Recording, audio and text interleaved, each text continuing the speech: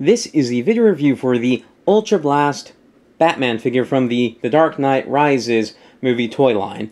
And when I reviewed the Caped Crusader color variant, I said this one would probably be my favorite. After taking this one out of the package, this one wins the cake by far.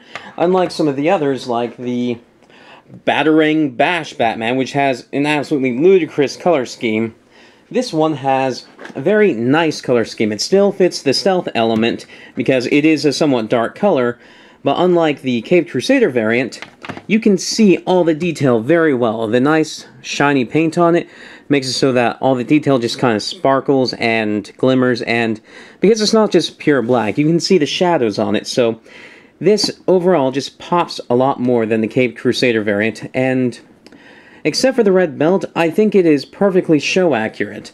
The only thing that I wish is that I wish the belt were gold. So I'm thinking I'll do is I'll take the belt off of this one. I think it's just glued around. I may be able to pry it off. Oh, it's not glued, it just pegs in. Actually, let's see if I can do this right now, because this will be interesting to see what that one looks like with the gold belt on. Well, no, it actually seems to be on there quite well, so I don't think I'll be able to do that. Maybe in the future video I'll show what that looks like. Yeah, this is on here pretty tight. Yeah, I'm just going to show it off in a future video if I can do it, because it does seem to be glued on quite tight.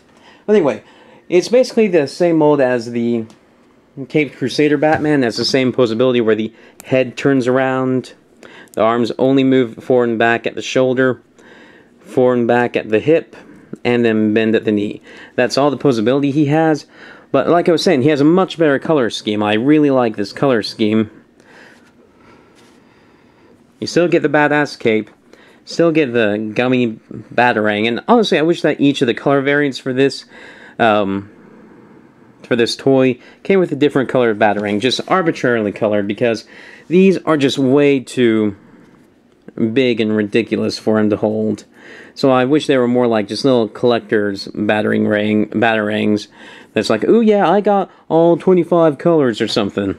I think that would have been a bit more collectible. But as you can see, this time, rather than a small grappling hook, he has a much bigger and more cumbersome one.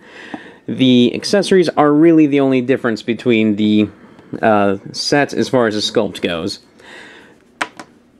So yeah, it's not a bad little toy, especially for the it's not very posable, but it is a cheap toy and it looks badass. So for $5, it's $4.99, but for $5, I think this is a worthy purchase. So yeah, I review Batman figures, Transformers, Power Rangers, Marvel figures. If any of that sounds interesting, please subscribe. Thank you for watching.